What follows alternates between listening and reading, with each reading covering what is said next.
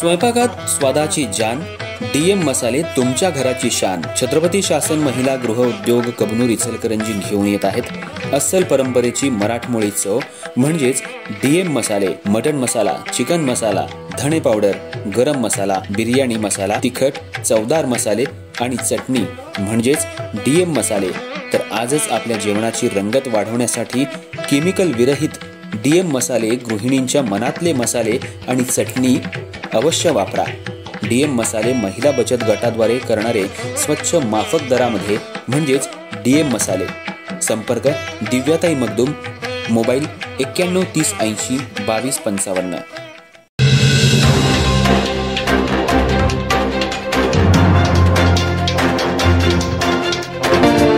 नमस्कार, मी तेजस्विनी मगदूम। एम मराठीमध्ये आपल्या सर्वांचं स्वागत आहे। पाहूया ठळक घडामोडी।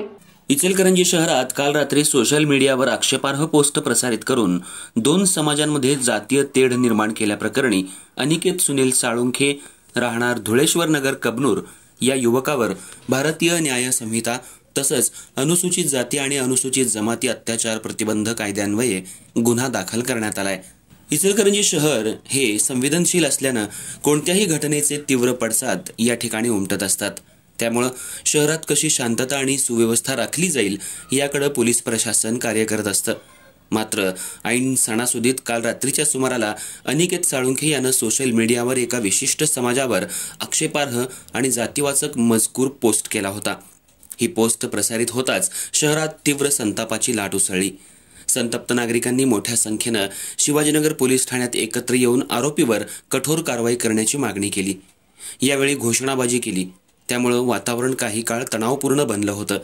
या घटनेची माहिती मिळताच पोलिसांनी तातडीनं परिस्थिती नियंत्रणात आणली। मात्र शहरात कोणताही अनुचित प्रकार घडू नये यासाठी अतिरिक्त पोलीस बंदोबस्त तैनात ठेवण्यात आलाय।